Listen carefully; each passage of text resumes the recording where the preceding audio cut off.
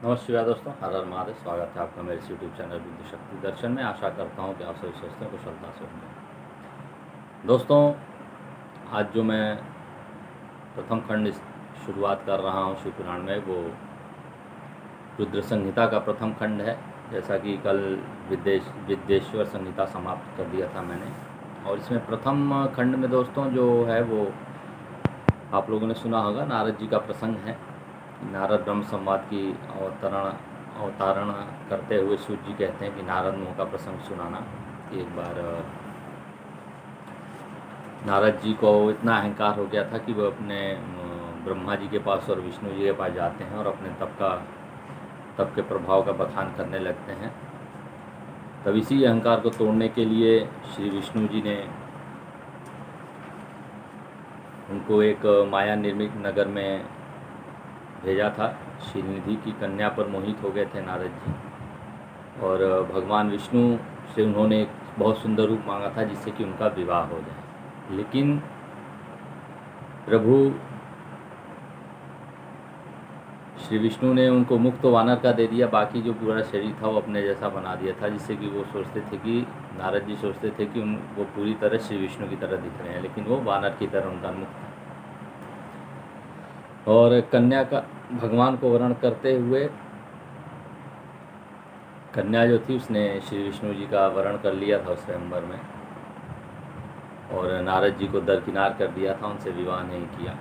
अब उसी पर वहाँ पे शिवगण भी थे ब्राह्मण के वेश में, तो शिवगणों को भी उन्होंने श्राप दे दिया था। और सबसे पहले श्री विष्णु को श्राप दिया था उन्होंने कि जिस वानर के मुख पे आप हंस रहे हैं आज, त्रेता युग में उसी वानर के सहायता के बिना आप विजय नहीं हो पाएंगे, उसी वानर मुख की आपको सहायता लेनी पड़ेगी।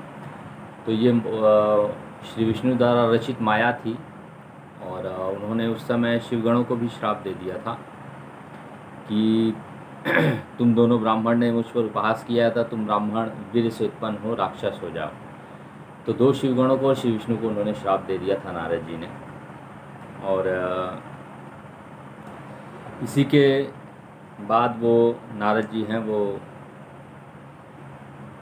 जब माया श्री विष्णु जी अपने हटा लेते हैं तो नारद जी को सभी चीज़ का ज्ञान हो जाता है, और वो श्री विष्णु के पैरों पे लिपट जाते हैं और क्षमा प्रार्थना करने लगते हैं। और तब श्री विष्णु ने शुद्धि का उपाय बताया था। भगवान विष्णु ने उन्हें समझा बुझाकर शिव महात्मा जानने के लिए ब्रह्मा जी के पास जाने का आदेश दिया, और शिव जी के भजन करने का उपदेश दिया था इस बात पे।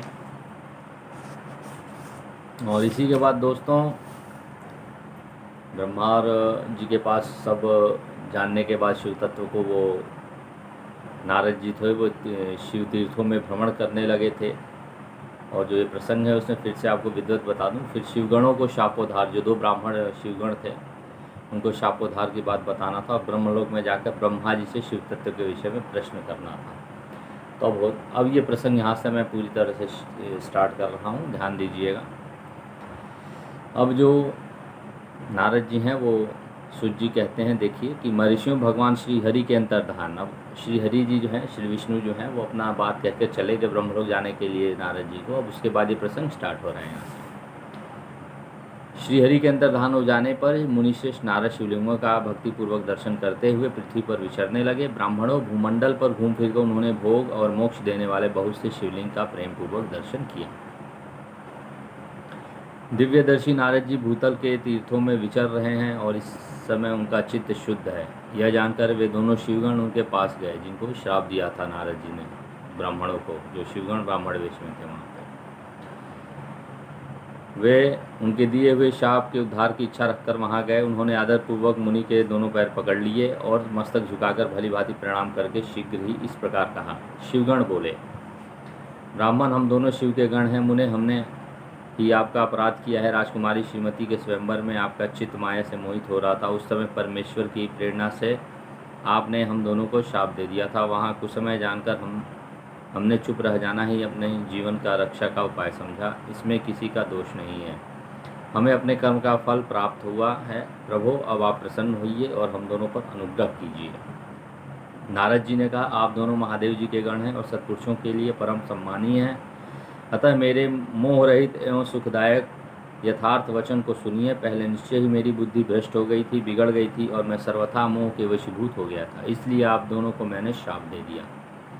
शिवगणों, मैंने जो कुछ कहा है वह वैसा ही होगा, तथापि मेरी बात सुनिए। मैं आपके लिए शापोद्धार की बात बता रहा हूँ। आप लोग आज ही मेरे अपराध को क्षमा कर दें। मुनिवर, विश्रवा के वीर से जन्म ग्रहण करके आप संपूर्ण दिशाओं में प्रसिद्ध कुंभकर्ण रावण राक्षस राज का पद प्राप्त करेंगे और बलवान वैभव से युक्त तथा परम प्रतापी होंगे।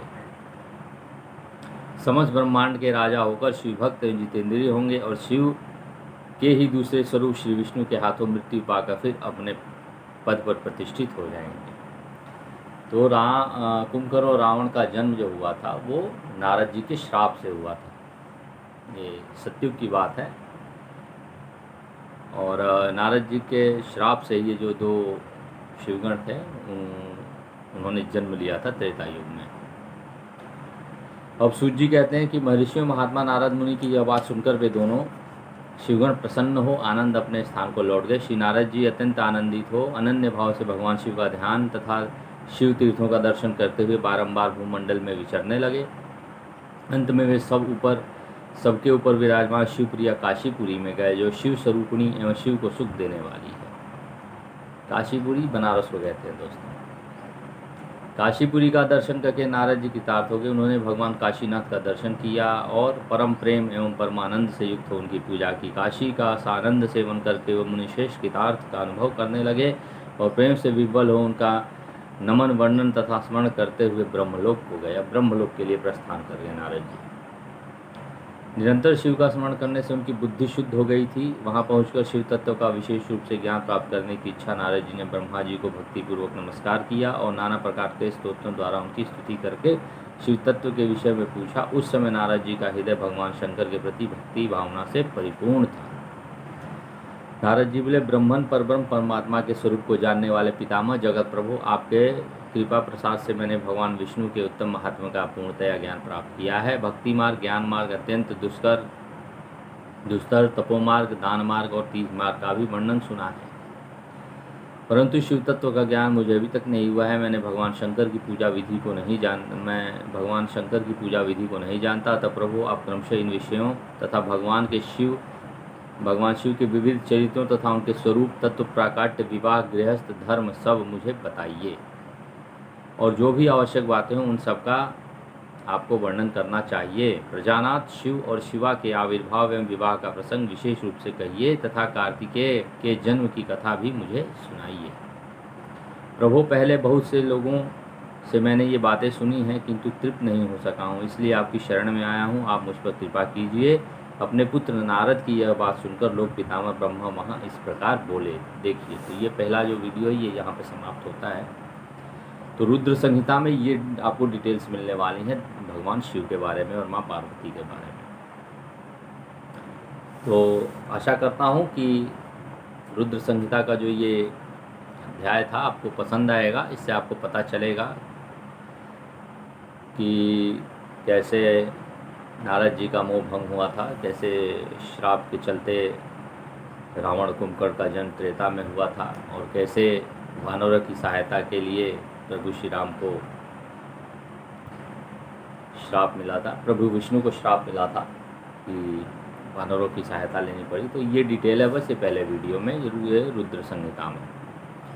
तो आशा करता हूँ कि इसको आप पसंद करेंगे और मेरे चैनल को लाइक शेयर सब्सक्राइब करते रहिए, अपना प्यार देते रहिए चैनल को और अधिक से अधिक मेरे वीडियोस देखा कीजिए। इसी के साथ मैं ये वीडियो समाप्त करता हूँ। धन्यवाद दोस्तों। हर हर महादेव, नमः शिवाय, जय माँ आदिशक्ति जगदम्बा। धन्यवाद दोस्तों।